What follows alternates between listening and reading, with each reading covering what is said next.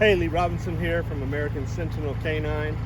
So we have been box blading this dirt to take the high spots to the low spots and to try to flatten this out before I bring in dirt. Yes, I'm going to have to bring in some dirt, but I'm going to try to minimize how much I have to bring in, save a few $1,000s on a bunch of dirt. And I have a high area and I can move that high area to a lower area. Once I do that, I'll try to get it flat, and then we'll top coat it with some appropriate soil, whether a type of clay that they use for slabs, or whether it will be sand or some gravel, whatever we decide to do. I may use dirt because I'm thinking about going with some Connex buildings and insulating them, and then also having just a pole barn with a dirt floor that we train on, so we don't have to deal with a bunch of waste material from the animals when we train. We can just scoop it up and carry it out, or maybe even conveyor belt floor where you have dirt and then put rubber conveyor belts on that. So the reason why is, one, concrete's going to cost, probably, let's just say just for the training area, probably $15,000, and then on top of that you're going to want to put rubber mats on it anyway, because if you fall down on concrete, or if a dog falls and hits its head on concrete, that would be a painful injury. So we need to avoid that. And the problem with concrete and mats is the mats are going to cost thousands of dollars on top of the concrete, which is 10 or 15. And if you ever have a dog that uses the restroom on a rubber mat, you got gaps in that mat, and it's going to get waste material underneath that mat, which is going to create a very foul odor that you can't get to unless you roll up the mat, and those mats weigh a lot. Just a little 4x6 is like 100 pounds. If it's 3/4 of an inch. By the time you get 60 by 40 square feet of it, or 60 by 60, that's 3,600 square feet. You're talking about thousands and thousands of pounds of rubber mats. So we may just use dirt on the pole barn area. Whether we insulate it and air conditioning remains to be decided, but at least we're going to get out of the rain and the sun. And then we'll have an office that's going to be insulated. We're going to do that, and we're going to have the storage area. So I'm just blading this out, which has taken me away from some of the care. My son has been washing the kennels and watering the dogs and feeding the dogs for me. I do a walkthrough, make sure everybody's okay every day, at least twice. Make sure everybody's got water at least twice. Put my eyes on things, because at my level of experience, I'm going to see things that he may or may not notice, although he does have a good eye. And so we're going to take a step back from that while we get prepared to take many steps forward. So this is going to be a pretty expensive adventure. I hope that you guys have appreciated the stuff that we've given you for the last 10, 15 years, whatever it's been. The YouTube channel has been around for that long. And in fact, this concept goes back all the way to 1990. So 35 years of concept, 25 years of production, a lot of proof of concept. We've done it year after year after year. So we're going to ask you to like and subscribe to our channel, and if you want to make a donation to support our adventures, we certainly appreciate it. I understand some people don't want to do that. I understand some people can't do that, even if they do want to. But for those of you that have liked what we've given you for the last few decades, or if you like our program and you want us to continue, I plan on in this office doing more YouTube videos, more social media content, and trying to give back to the community. I'm the type of person that I'm not trying to be an influencer. I am just interested in truth and sharing proof of concept and proof of merit. Proof of merit is very important. There's some people out there that say, I had a protection dog in 1990, but without the evidence, be careful what you believe online. You need to follow people that have proof of concept, people that are putting it out there and putting themselves out there.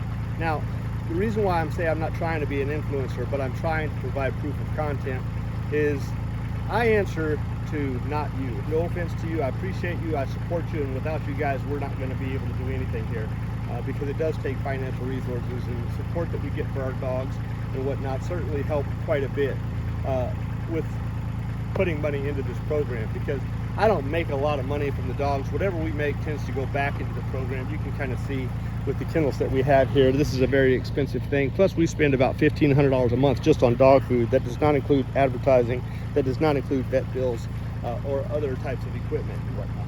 So this is an expensive adventure, but like I said, I'm not trying to be an influencer. I serve my creator. It doesn't really matter what people online think of me, but what does matter to me is that I do the best that I can to bring others to Christ. Now, to do that, I believe that everything I do has to be based on merit and goodwill. Some people don't do that. Some people are interested in just trying to pull the wool over your eyes and get your support through hidden agendas. But anyway, we appreciate it. We're going to try to get a lot more information out to you, and so if you want to help us out, we certainly appreciate it. Y'all take care. Have a blessed day. We're just going to run the tractor for a little bit.